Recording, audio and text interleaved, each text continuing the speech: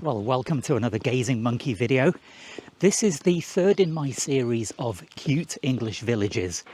And today's cute English village is Bretforton. It's a lovely old village. It's got lots of centuries old houses. So we're going to take a walk around, look at some of these places. I'll talk a little bit about the history. Then we'll take a look around the old church, which dates back to the 1100s. And then finally, we'll have a look at the village pub, which is centuries old.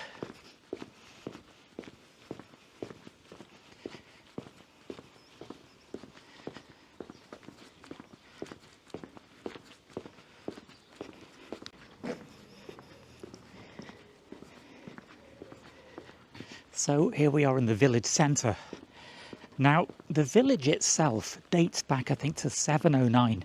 That's when the first mention of this village is found in any kind of documented record. It was mentioned in a slightly later document from 714, where it's called Bretforton, which is Old English or Middle English for planks beside the ford. So there must have been a footbridge, perhaps, beside a ford. Anyway, nowadays known as Bretforton. So lots of lovely old buildings. We're going to walk around the village. We'll look at these buildings. Now, a lot of these buildings are listed. In Britain, a lot of buildings with historic value go on a special list. It limits what you can do with the buildings in order to, preserve the history. But it also means I can go online and look up information about them, such as when they were built. So I've been on the internet and I've looked up some information for some of these buildings. So as we walk around, I can actually tell you a little bit about their history. So, which direction to go in first? Let's start over here with Horseshoe Cottage. So this is built in the late 1600s and extended in the early 1700s.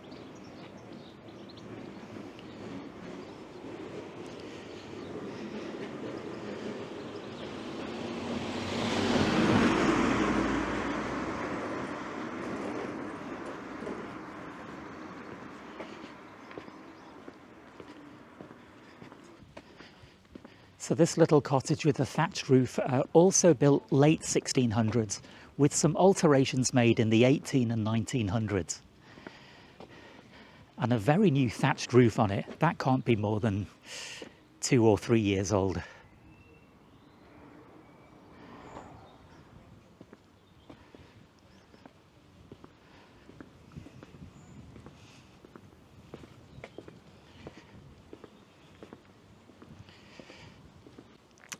Okay, the one on the other side of the road here is Bear's Cottage. Now, this one was originally a single house, but now split into two. It gives an exact date that this was built, 1605. And then alterations made in 1877. In fact, yeah, I can see the date up at the top. Built 1605, restored 1877.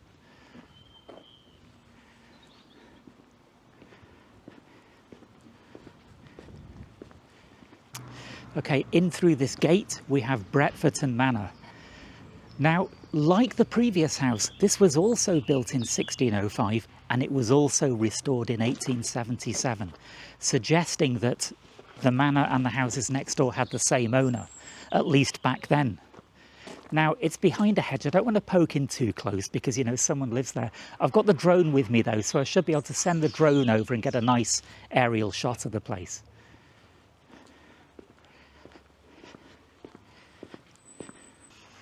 Actually, I can use this selfie stick to kind of peek over the hedge a little bit, but I don't want to really invade the privacy more than I need to.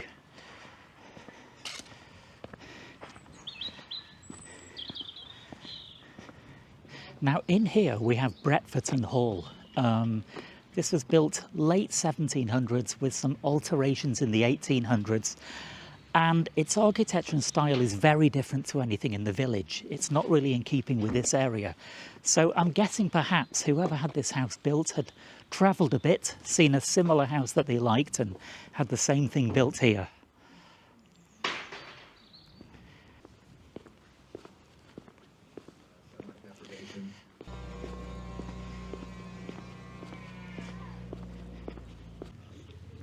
Now this house on the right with the blue garage door, that was built late 1600s and restored 200 years later in the late 1800s.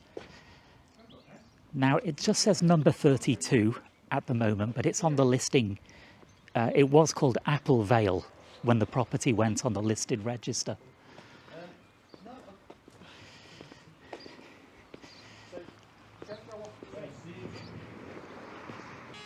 On the left here we have the aptly named Wisteria Cottage.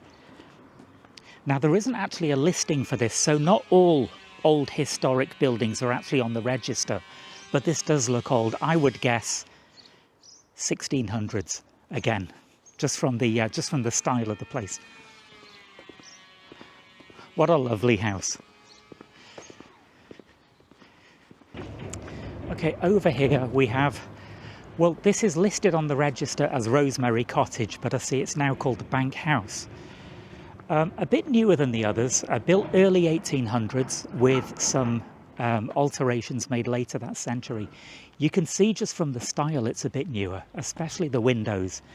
They don't have the kind of things on top, I don't know the technical word, that the ones do from the 1600s. And also by then windows had got a bit bigger. So over here we have another one from the 1600s with a Royal Mail post box fitted into the wall. So this was built late 1600s with some alterations in the 1800s. Now this is listed as having an adjoining dovecote and barn. Well, they're actually separate properties now, as we'll see.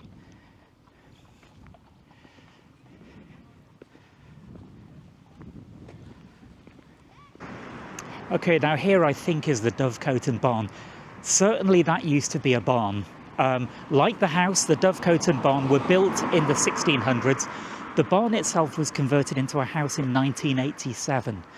Now, is that little bit in the middle, is that the dovecote or is it round the back? I'm not quite clear.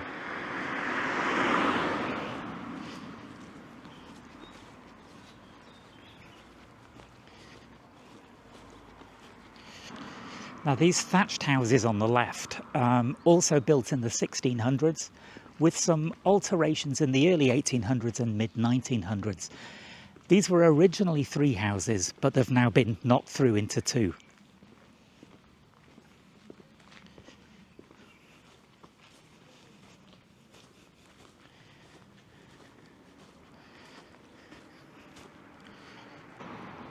Now on the other side of the road is, I think, the oldest house in this village. Down that alleyway, it's the one with the thatched roof. That was built, it's believed, in the 1300s, with several phases of alterations and additions made from the 1400s through to the 1900s. Now, the listing tells me that this has a very high proportion of surviving historic material inside the house. So yes, there's been alterations and additions, but a lot of the structure is still intact. Now this black and white house on the other side of the road, this is a timbered house built 1600s, but is apparently now a pub.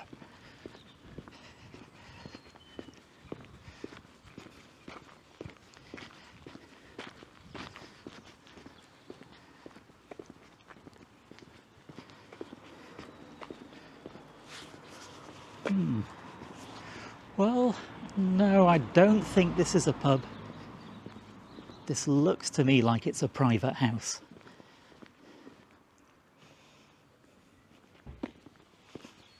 Okay, maybe it was a pub for a while.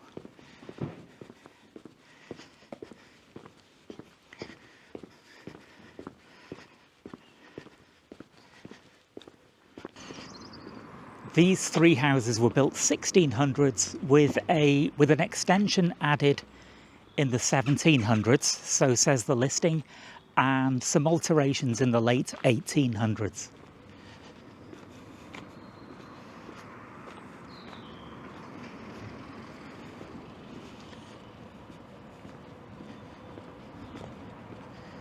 Right, we're kind of at the edge of town now, so what we'll do, we'll head back the way we came and get back into the village centre.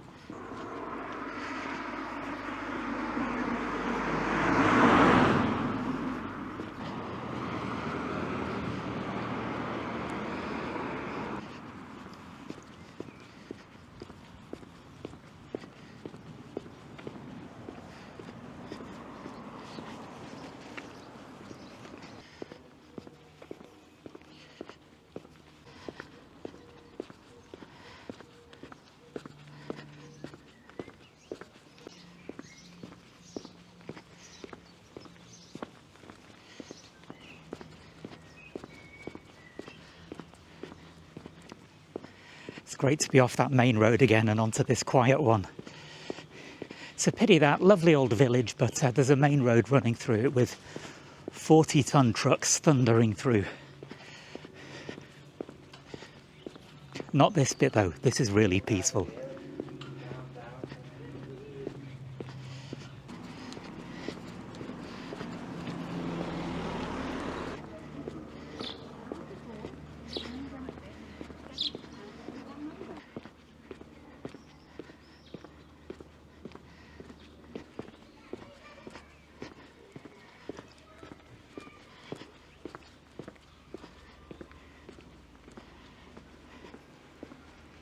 Right, back in the town centre, so let's choose a different direction to go.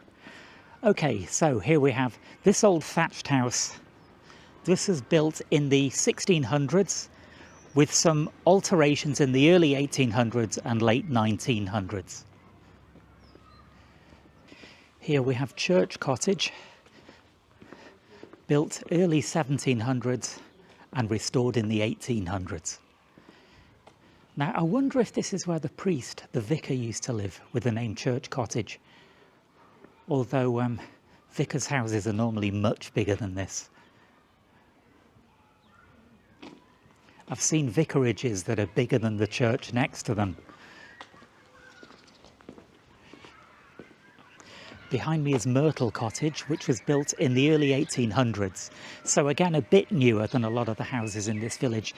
And again, with larger windows and a kind of different architectural style. If I spin round a bit, so is the house next door, kind of behind that tree. Also early 1800s with that different look and feel. Okay, let's head across the square.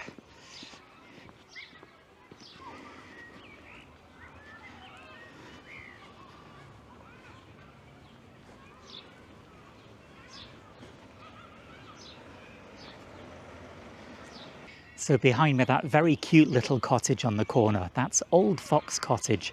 That was built in the 1700s with some alterations in the 1800s. It's called Old Fox Cottage, and on the roof they've modelled in thatch some old foxes and some cute little ducks on the house next door.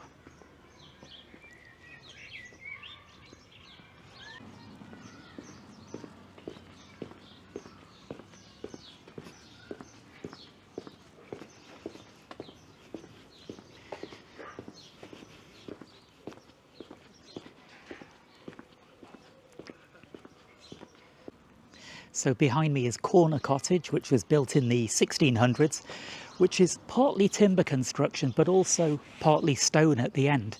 Now, in between the timber bits, when these were originally built, it would have been a timber frame and a kind of wattle and daub panelling in the middle, you know, kind of woven lattice of hazel and then plastered over. But like a lot of these buildings now, it's been infilled with brick. Though you do still have that yellow Cotswold stone exposed at the end. Now, if I spin round, another half-timbered building, this old farmhouse behind me, this was built in the 1500s and extended in the late 1600s.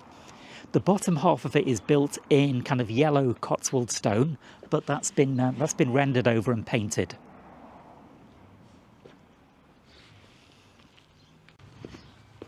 But anyway, enough of these houses. The oldest structure in this village is, of course, the church. So let's go and take a look at that.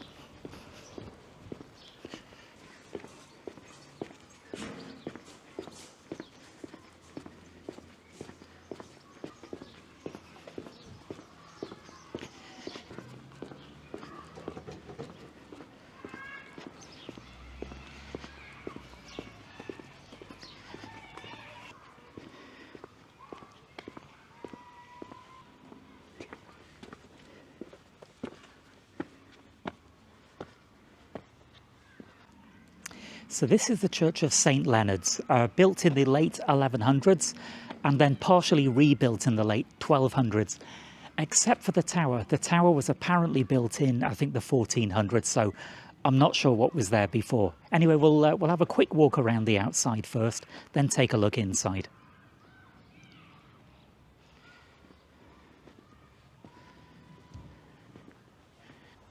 The oldest grave seemed to be at this end. That is 1727. And I think we've got one here. Where is it? Yep, 1724. Oh, that's interesting. The bees seem to have made a nest in the wall.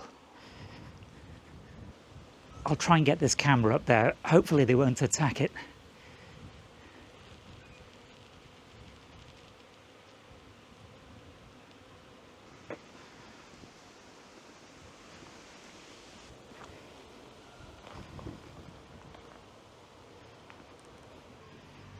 Actually, here's the door, so we might as well just go in.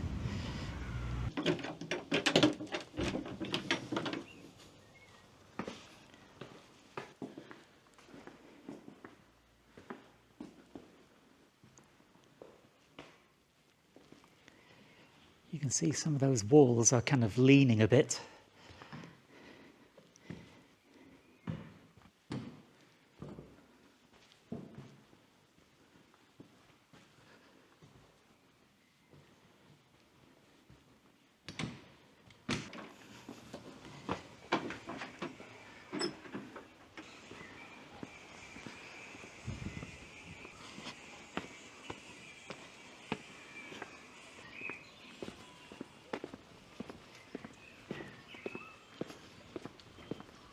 Well, I've almost done all the buildings on this tour, but there's one remaining, the pub.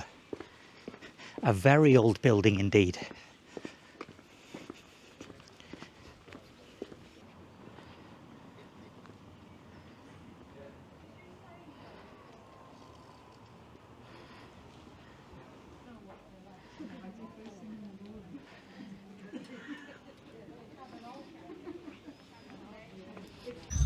Well, before I tell you about the pub, I realised I forgot one. The barn behind me, this timber barn, this was built in the 1600s, restored in the 1900s. It's really nice inside. I've just had a look, so let me show you around.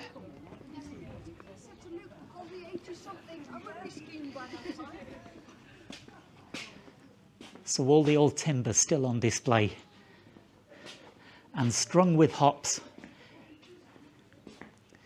So this kind of belongs to the pub. I hope it does anyway. I've just wandered in here and is used as a bit of a events room, I think.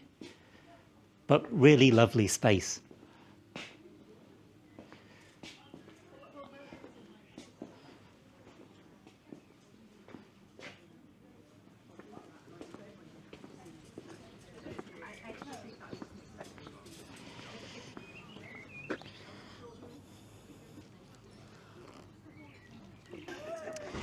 Now, all around this barn, there are lots of kind of stone mushrooms. They're dotted around all over the place.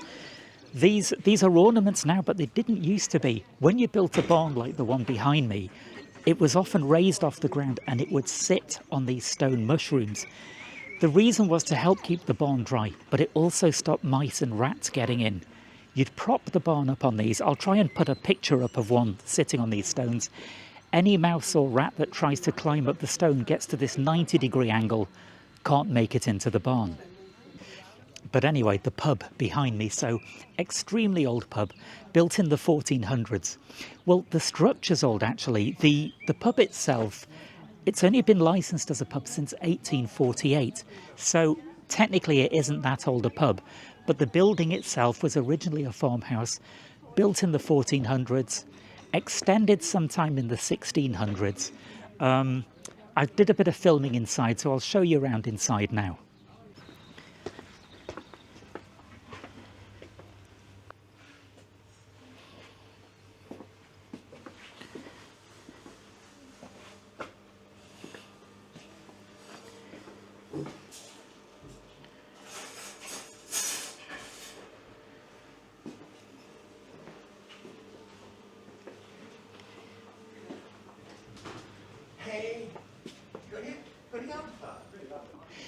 Now, I've been doing a series of videos on England's oldest pub. There are lots of contenders for the title. This isn't one of them, because although this structure's very old, like I say, it's been a pub for less than 200 years, so it doesn't make the list.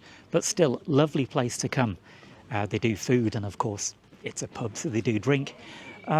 It's actually owned and run by the National Trust rather than, you know, a brewery or the normal people who own pubs. So a bit different in that regard. But anyway, that's the end of this tour. So another very cute village, Bretforton, Warwickshire. Right, I'm going to enjoy this in the sun. So I'll wrap this up here. So thanks for watching. Hope you enjoyed the video. More videos coming along very soon.